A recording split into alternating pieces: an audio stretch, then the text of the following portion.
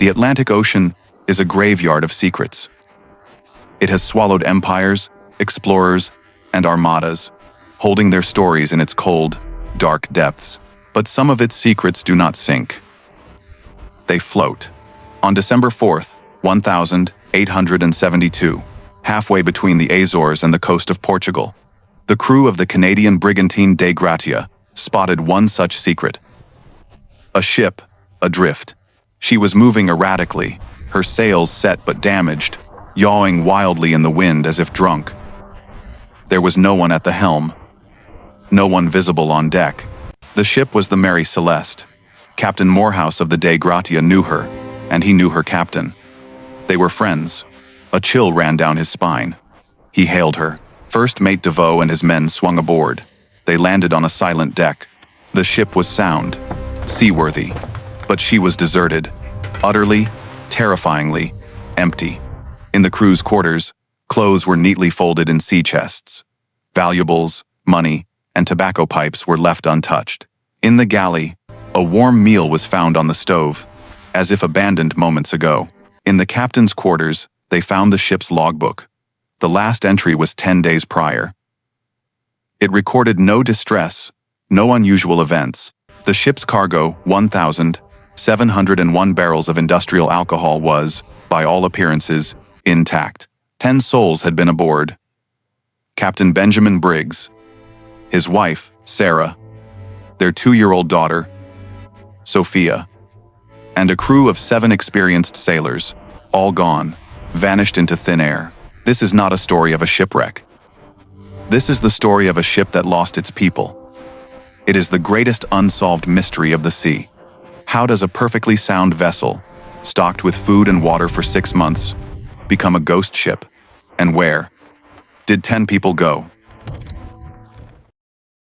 To understand the disappearance, we must first understand the journey. It begins not in the empty ocean, but in the heart of New York City, 1 month earlier. The Mary Celeste was not her original name.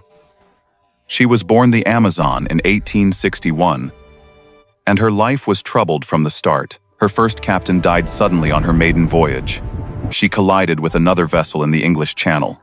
She ran aground. She was wrecked and rebuilt. By 1872, sailors whispered she was an unlucky ship, a cursed ship, but her new part owner and new captain saw only potential. His name was Benjamin Spooner Briggs. Briggs was the archetype of a 19th century sea captain. At 37, he was deeply experienced, a man of strong Christian faith, a teetotaler, and known for his fairness and composure. He was not the kind of man to panic. He was not the kind of man to abandon his ship. This voyage was meant to be a new chapter, not just for the ship, but for his family. Briggs had decided to bring his wife, Sarah, a strong woman who often sailed with him, and their 2-year-old daughter, Sophia. He had the cabin refitted for them. A harmonium, a small pump organ, was installed for Sarah to play. He packed his daughter's favorite toys.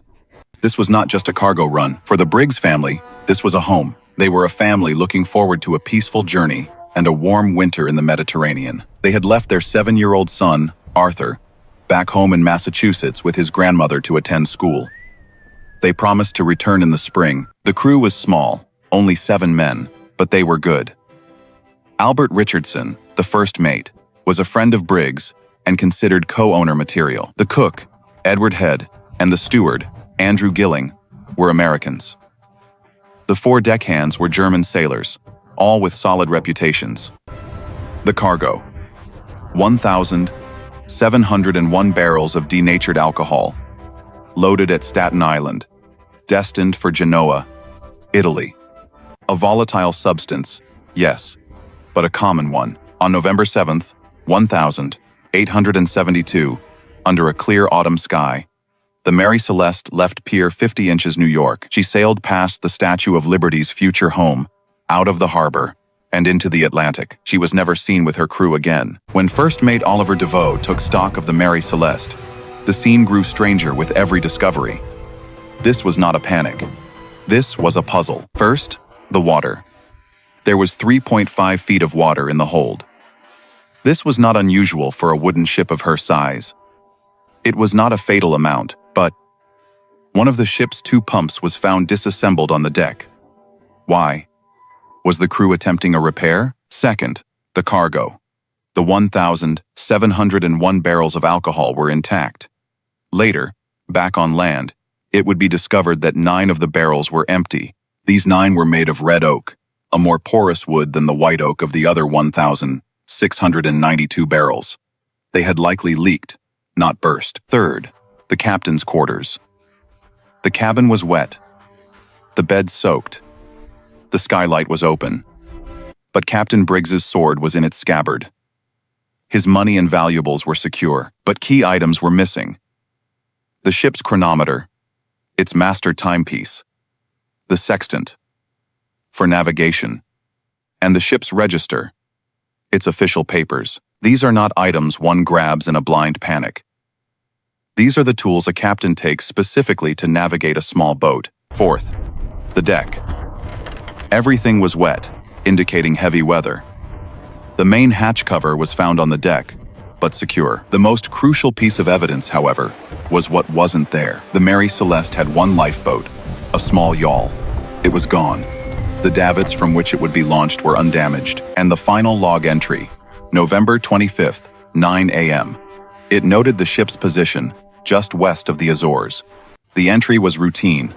Weather clear, sea smooth. A.M.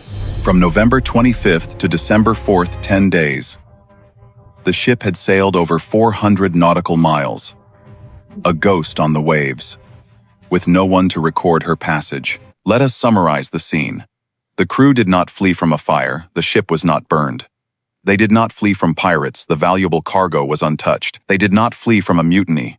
There were no signs of violence, no bloodstains, no weapons used. They fled. They took their navigation tools, their papers, and the lifeboat. They left their money, their clothes, their wedding rings. They left a child's toys. This was not a random act. This was a deliberate, orderly, and rushed evacuation. The 10 people aboard the Mary Celeste chose to leave a perfectly sound ship, to take their chances in a tiny lifeboat, in the middle of the unforgiving North Atlantic. The question is why? The De Gratia crew, risking their own safety, split their numbers and sailed the Mary Celeste to Gibraltar, the nearest port. They arrived on December 13th, expecting a handsome salvage reward. Instead, they were met with suspicion. The investigation was led by the Queen's Proctor for Gibraltar, a man named Frederick Solly Flood. Solly Flood was not a sailor. He was a lawyer, and he was convinced he smelled a crime. He simply could not believe that a crew would abandon a sound ship. His conclusion? Foul play. Solly Flood's investigation kick-started the Mary Celeste mythos. He proposed several theories, and in doing so, he tainted the mystery forever. His first theory: mutiny. He proposed the German crew, perhaps in a drunken rage, had murdered the Briggs family and the other officers, then fled in the lifeboat. This theory collapses instantly. The crew left all their own belongings. The cargo was intact. And why would a mutinous crew abandon the very ship they had just seized? It makes no sense. His second theory: piracy. Perhaps another ship, even the De Gratia itself, had attacked the Mary Celeste, killed her crew, and staged the scene to claim the salvage money. This was Solly Flood's pet theory. He accused Captain Morehouse of murder, but the De Gratia had arrived in Gibraltar days after the Mary Celeste, and there was not a single drop of blood, not one sign of a struggle, to support a violent takeover. The Mary Celeste was a ship of peace, not war. Solly Flood's accusations were baseless, driven by fantasy, and they ruined the reputations of honest sailors. Over the next century, as the story was retold, the theories grew wilder. The Mary Celeste became the ultimate canvas for our darkest fears of the ocean. Supernatural theories, sea monsters. The Kraken. A giant squid, it was said, pulled the crew off one by one. Paranormal theories, abduction. Was the Mary Celeste the first recorded case of alien abduction on the high seas? Fortean theories. The ship was said to have sailed into a hole in the ocean, a portal to another dimension, or a patch of the mysterious Bermuda Triangle. Even though the Mary Celeste was thousands of miles away from the triangle, the myth-making was helped by a young writer named Arthur Conan Doyle. In 1884, he wrote a short story, J. Habakkuk Jeffson's Statement, a fictionalized account of a ship called the Mary Celeste. His story, which involved a vengeful ex-slave and a bloody mutiny, was so popular that many mistook it for fact. These stories are compelling, but they are not the truth. They are fiction, designed to explain the unexplainable. The truth, as it often is likely more complex, more mundane, and far more tragic. To find it, we must ignore the monsters and look at the evidence. We must look at the cargo. This is where the true investigation begins. We will analyze the three most plausible, science-based theories. All of them end the same way, with 10 people in a tiny boat, watching their ship sail away. But they begin in very different ways. Theory A, the cargo fumes. The explosion panic. This is the most widely accepted and logical theory. It centers on those 1,701 barrels. The cargo was denatured alcohol. It is volatile. It produces flammable vapor. The Mary Celeste had sailed from a cold New York autumn into the warmer subtropical climate of the Azores. As the temperature rose, the alcohol in the barrels would have expanded, releasing vapors. Remember those 9 empty, porous red oak barrels? They were leaking. The hold of the Mary Celeste was, in effect, becoming a giant, floating bomb. Captain Briggs, a diligent captain, would have been monitoring his cargo. Perhaps he smelled the fumes. Perhaps he heard a rumbling, a shifting. He orders the main hatch open to ventilate the hold, and then it happens. A static spark, or friction, ignites the concentrated fumes. A small, non-fatal vapor explosion blows the hatch cover off. There is no major fire, no structural damage. But to Captain Briggs, it looks like the entire ship is about to detonate. He must act now. He is not just a captain, he is a husband and a father.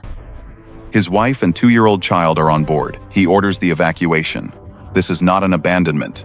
It is a temporary measure. He orders the lifeboat launched. He grabs his chronometer and sextant not to abandon ship, but to keep track of their position while they wait for the danger to pass. He makes one last, fatal calculation. He tethers the lifeboat to the Mary Celeste with a long tow rope. They will trail the ship at a safe distance, perhaps a few hundred feet, and wait. They will let the ship air out. If it explodes, they are safe. If it doesn't, they will reboard. It is a logical plan, but the Atlantic is unforgiving. A sudden gust of wind, a squall, hits the ships. The Mary Celeste, her sails still partially set, catches the wind. She is a large, fast vessel. The tow rope strains and snaps. In a matter of minutes, the Mary Celeste is sailing away from them, faster than they can possibly row. The 10 survivors, Captain Briggs, his wife, his daughter, his crew, are left in a 13-foot open boat in the middle of the vast Atlantic. They have no food, no water, no sail. They are hundreds of miles from land. Their seaworthy ship sailed on. They were lost. This theory explains everything. The missing lifeboat, the missing navigation tools, the lack of violence, the undamaged ship, the open hatches. It is a tragedy not of malice, but of miscalculation. A moment of panic, born from a father's desire to protect his family. Theory B, the seaquake or waterspout. There are other, plausible ideas. One involves the location. The ship was near the Azores, a volcanically active region. What if the ship was struck by a seaquake, an underwater earthquake? This would not damage the ship, but it would be terrifying. It would shake the vessel violently, toss the charts, and could dislodge the compass. Or perhaps they were struck by a cluster of waterspouts, oceanic tornadoes. This would explain the massive amounts of water found on board, the soaked cabins, and the general disarray. In either scenario, the crew, terrified by an act of God, panics and flees to the lifeboat, only to suffer the same fate. The rope breaks, and they are lost. Theory C, the faulty pump and navigational error. This theory is more technical. Remember the 3.5 feet of water in the hold and the disassembled pump? What if the crew believed the ship was taking on water faster than it was? What if the primary pump failed and they disassembled it to fix it? At the same time, what if, after a recent storm, Captain Briggs's chronometer was damaged? His navigation would be off. He sees land. He thinks it is the island of Santa Maria in the Azores. He is faced with a choice. stay on a ship he believes is sinking, with a broken pump, or make a short dash for the land he believes he sees. He orders the crew into the lifeboat. They row for an island that isn't there. The land he saw was a phantom, a miscalculation. The ship, which was never truly sinking, sailed on without them. In the end, all rational roads lead back to the same place. 10 people in a small boat, watching their only hope disappear over the horizon. The Mary Celeste sailed on for another 10 days, a ghost ship, a silent testament to a human tragedy. Of all the theories, the cargo fume panic remains the most powerful. It is the only one that accounts for the very specific, human element of Captain Briggs himself. He was a good captain, a good husband, a good father. He would not abandon his ship, but he would abandon it to save his family from a fiery death he believed was imminent. The Mary Celeste was eventually sailed back to America, but she was never the same. She was the ghost ship. No one wanted to sail on her. Her unlucky streak had turned into a curse. She was passed from owner to owner, losing money, until her final captain deliberately wrecked her off the coast of Haiti in 1,885 inches, an insurance scam. She was stripped, set on fire, and left to sink. But even then, the ocean did not want her. She refused to sink completely, her skeletal bow pointing to the sky as if in a final, defiant gesture. The mystery of the Mary Celeste is not about what happened to the ship. We know what happened to the ship. The mystery is about what happened to the people. It endures, 150 years later, because the ocean keeps its secrets. The only witnesses, the 10 souls who saw the truth, took that secret with them to the bottom of the Atlantic. The Mary Celeste is the ultimate maritime mystery, because she is a story without an ending.